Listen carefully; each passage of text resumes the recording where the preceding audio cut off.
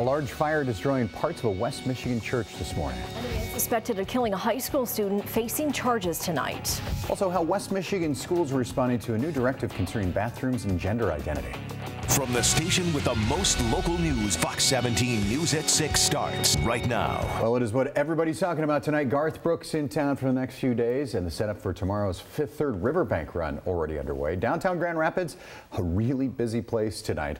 Something we'll hit on in a few minutes here. Thanks for joining us. I'm Christian Frank. And I'm Michelle DeSelms. First at 6, a fire destroys a West Michigan church, leaving several hundred members wondering what happened and what's next. It's a story we first brought you this morning. Fox 17's Darren Cunningham is live outside Faith United Reformed Church in Olive Township with the latest. Darren.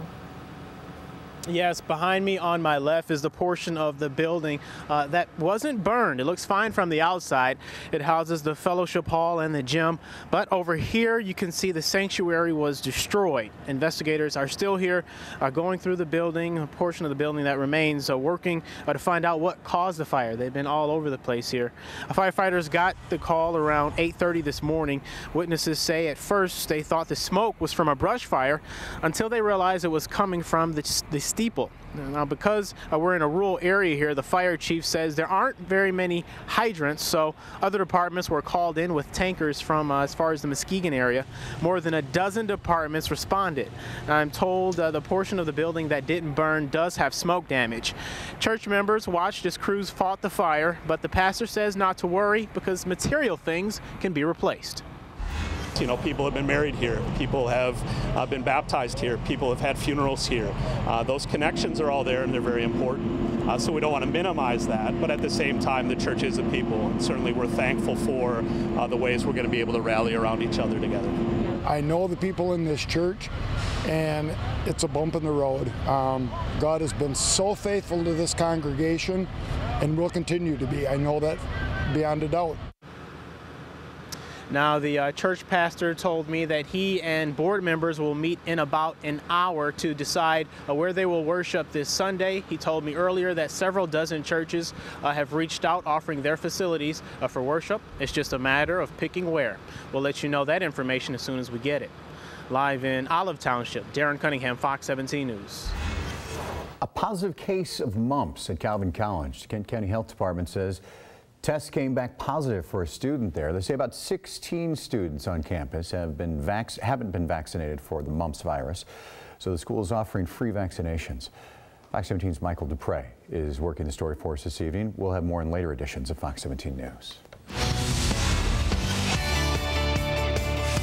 A crash in Van Buren County causing some major backups tonight. It happened near I-196 near mile marker 20 in South Haven. We're told the vehicle was traveling west, flipped over the median. Eastbound traffic was blocked as of an hour ago. We're continuing to follow that crash, and we'll bring you more information as it becomes available. Well, a lot happening in downtown Grand Rapids tonight, as we showed you just a few minutes ago. First, we're going to go to Tracy Hinson with a look at the traffic this weekend as people head into downtown. Tracy. Michelle, you can see US 131 at Pearl Street has improved. Hey, that's a great sign.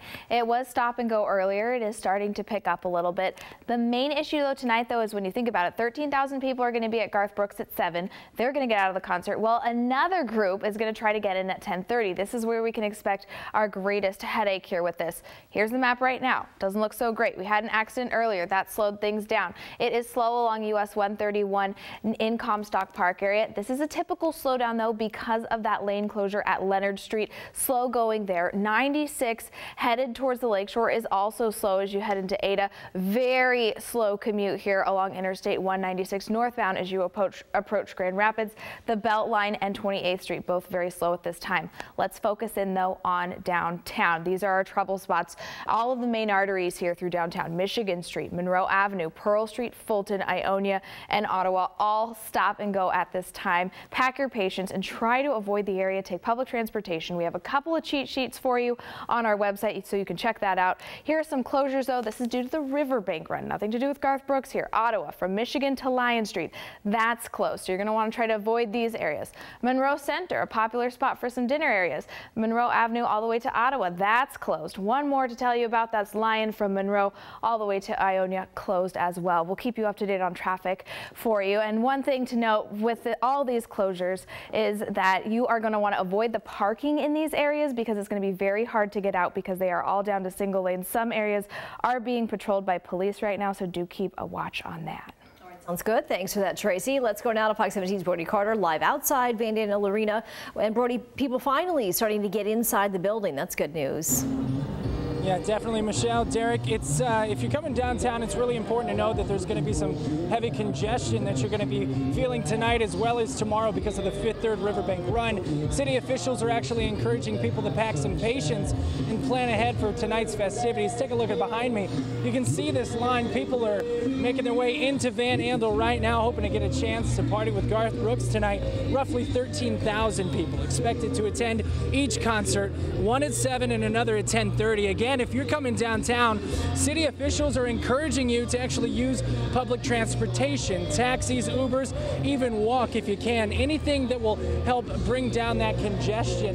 And we're told that the city will be minimizing this crowding by actually shutting down a couple of roads in the area and doubling its staff. But if you do plan on driving, keep in mind that you want to be parking on the west side of the river and keep an eye open for that free parking at dash lots 7, 8, and 9. For now, we're live in Grand Rapids. Brody Carter, Fox 17 News. All right, thanks, Brody. We will check in with you a little later in the hour.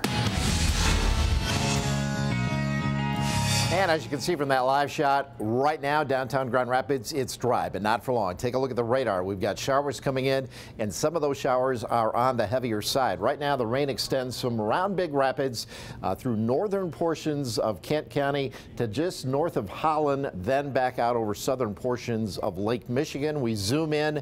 We got a pocket of heavier rain coming on shore. It'll be in Fremont in about 21 minutes, Newaygo 32, and White Cloud about 44. No thunder and lightning, no severe weather, but again, it's going to be heavier rain. And this rain extends all the way back into western portions of Wisconsin. So once it gets here, it is going to be with us for tonight. Webcam, you can see it's raining in Muskegon. Some of that rain's going to pick up. Fifth Third Riverbank Run, it's going to be a wet start. Rain's going to be ending, but we're going to see some drizzle. 42 degrees by noon. It's only going to be in the mid-40s, so dress up if you're going to be a spectator. I'll be back with your 7-day forecast couple of minutes. Thanks, Joe. A man's being charged with murdering a Benton Harbor High School student. 18-year-old student was found dead on a street near the high school yesterday morning. Berrien County Prosecutor's Office announcing that they've charged this man, Terrence Shelby, with open murder in the death of Grady Manns. Autopsy results say that Manns died from a gunshot wound to the chest. He was found just after 7:15 yesterday morning, 2 blocks away from the school. Manns was an 11th grade student. A woman is recovering tonight after being seriously injured in a crash yesterday. It happened at Lakeshore Drive and Lincoln Street in Grand Haven Township. The Ottawa County Sheriff's Department says 17-year-old rear-ended the vehicle and then crashed into a third car head-on. Deputies say the injured woman was a passenger in the third vehicle and the driver had minor injuries. Nobody else was hurt. It is a controversial order coming from the White House itself. Fox 17's Janice Allen joins us live in the newsroom to tell us more about this directive involving bathrooms and locker rooms. Yeah, guys, very controversial. Schools are still trying to piece through this, but it's essentially an order to all public schools to allow transgender students to use bathrooms that match their gender identity. A joint letter from the Departments of Education and Justice went out to schools today with the guidelines ensuring transgender students, quote, enjoy a supportive and non-discriminatory school environment. This comes during a nationally heated debate over transgender rights in schools and in public, of course involving a legal standoff between the administration and North Carolina. Here in West Michigan, according to the Holland Sentinel, several school districts already include transgender identity in their non-discrimination policies. Those include Holland, Zeeland, West Ottawa, and Saugatuck Public Schools. In Grand Rapids Public Schools, a statement was issued saying they will continue to approach each individual on a case-by-case basis, as they've always done. Rockford Public Schools, meanwhile, saying they plan to designate family bathrooms for anyone who's, quote, uncomfortable with using a gender-specific restroom. So far, no word on any West Michigan school districts that are actually upset with this change. But of course, in North Carolina, the state has filed its own lawsuit against the Department of Justice. That is after the DOJ filed suit for the law requiring people to use the bathroom of their gender at birth. We will, of course, continue to follow this one, guys, and update you if anything changes. Back to you in the studio. All right, thanks, Janice. The youngest victim in the Kalamazoo shooting spree underwent surgery this morning. 14-year-old Abigail Koff having a procedure done today at Borges Hospital in Kalamazoo. Abby had surgery to replace a missing portion of her skull after she was shot in the head February 22nd. On her Facebook page, Abby Koff's recovery, they say a 3D printed replate was inserted. As of about 10 a.m., the page reported that she had made it successfully through surgery. Another survivor of a different tragedy also having surgery today. Sebastian Bellin was injured during the terrorist attacks in Brussels back in March. The former basketball player is from Kalamazoo, but has been in a Brussels hospital since those attacks. Today, he was scheduled to have surgery on his leg, which was severely injured in that bomb blast. If all goes well, he is expected to come home in the next 2 or 3 weeks. After the break, some new neighbors in town giving locals some pause. We're going to tell you about the business causing some controversy in Gun Lake and what both sides have to say about it. You're watching Fox 17 News.